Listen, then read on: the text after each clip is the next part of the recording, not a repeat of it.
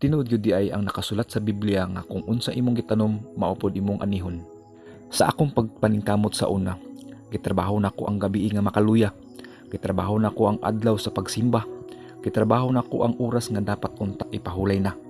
Naningkamot makakwarta para makabayad, makatabang, makasurvive sa dili maayo nga kahimtang. Niagig stress nga makabuang. Karon naanin nako ang sakit nga nibag-o sa akong kalibutan.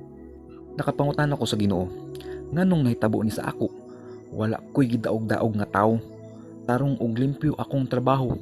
Naningkamot ko dili lang para sa ako, pati pod sa akong pamilya og sa akong isig ka tawo. Diya na-realize nako inaagi sa mga tawo nga instrumento sa Ginoo sa pagpasabot kanako nga gitugot ni sa Ginoo isip disiplina sa mga sayop nga estilo sa kinabuhi nga dili insakto og para mas moduol og maila-ila pa nako ang tinuod perpekto og mahigugmaong Ginoo. Ug karon dili na nako mabuhat ang uban nga mabuhat nako sa una. Nagagwanta sa sakit nga makaluya. Murag normal tan-awon pero hapit na mawalan og gana. Pero nagampo og nagpadayon tungod sa iyang gugma. Naningkamot makatikang og makaadtos padulngan kay gisalig na nako sa iya ang tanan. Kanimo Ginoo og sa imong mga instrumento. Kabalo na mo kinsa mo.